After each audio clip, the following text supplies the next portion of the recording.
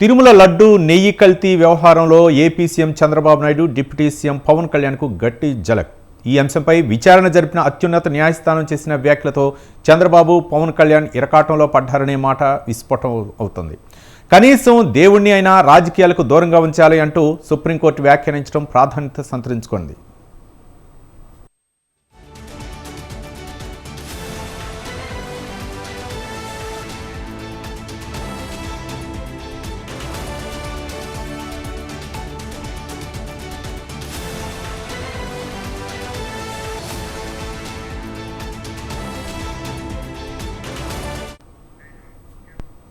ప్రస్తుతం సిట్తో విచారణ సాగిస్తోంది ఆంధ్రప్రదేశ్ ప్రభుత్వం.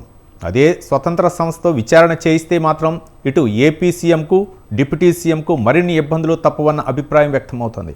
జూలైలో నెయ్యి కల్తీ జరిగిన విషయం వెలుగులోకి వస్తే ఇటీవల వరకు ఎలాంటి చర్యలు తీసుకోకుండా అకస్మాత్తుగా ఎన్డీఏ శాసనసభాపక్ష సమావేశంలో ఏపీ ముఖ్యమంత్రి చేసిన వ్యాఖ్యలు సంచలనం సృష్టించాయి. అసలు ఇప్పటి వరకు ప్రభుత్వం ఏం చేస్తుందన్న ప్రశ్నలు తలెత్తాయి.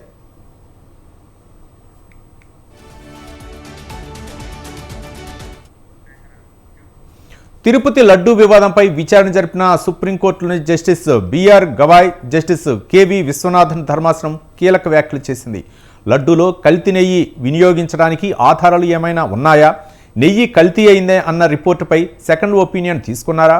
కల్తీ నెయ్యిని లడ్డూలో వాడారో లేదో పూర్తిగా తెలియకుండా ముఖ్యమంత్రి ఎలా ప్రకటన చేస్తారని సుప్రీంకోర్టు ఆగ్రహం వ్యక్తం చేసింది.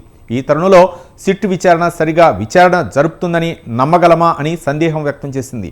కల్తీ నెయ్యి వాడకంపై సీఎం ప్రకటనకు టీటీడీ ఈవో ప్రకటనకు మధ్య ఉన్న తేడా గురించి కూడా ప్రస్తావించారు.